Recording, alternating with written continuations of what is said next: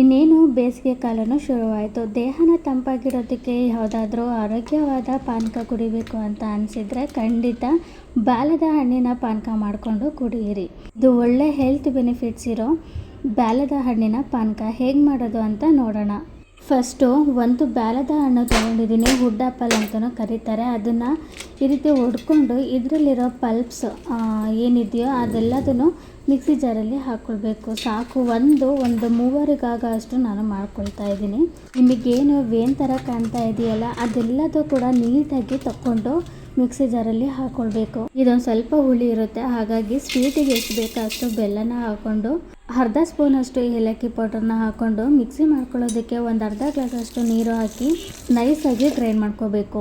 Grind ಮಾಡಿಕೊಂಡ್ರೆ ready ಆಯಿತು. ಇನ್ಸ್ಟೆಂಟಾಗಿ ಫಟಾಫಟ್ ಅಂತ ಬಾಲದ ಹಣ್ಣಿನ ಜ್ಯೂಸು ಪಾನಕ ರೆಡಿ ಆಯಿತು. ಇಷ್ಟೇ ಗೈಸ್, ಈ ವಿಡಿಯೋ ನಿಮಗೆ ಇಷ್ಟ ಆಗಿದೆ ಅಂತ ಅನ್ಕೊತೀನಿ. ಇಷ್ಟ ಆಗಿದ್ರೆ ಲೈಕ್ ಮಾಡಿ, ಶೇರ್ ಮಾಡಿ, ಕಮೆಂಟ್ ಮಾಡಿ, ಹಾಗೆ ಸಬ್ಸ್ಕ್ರೈಬ್ ಮಾಡ್ಕೊಳೋದನ್ನು ಮಾತ್ರ ಮರಿಬೇಡಿ.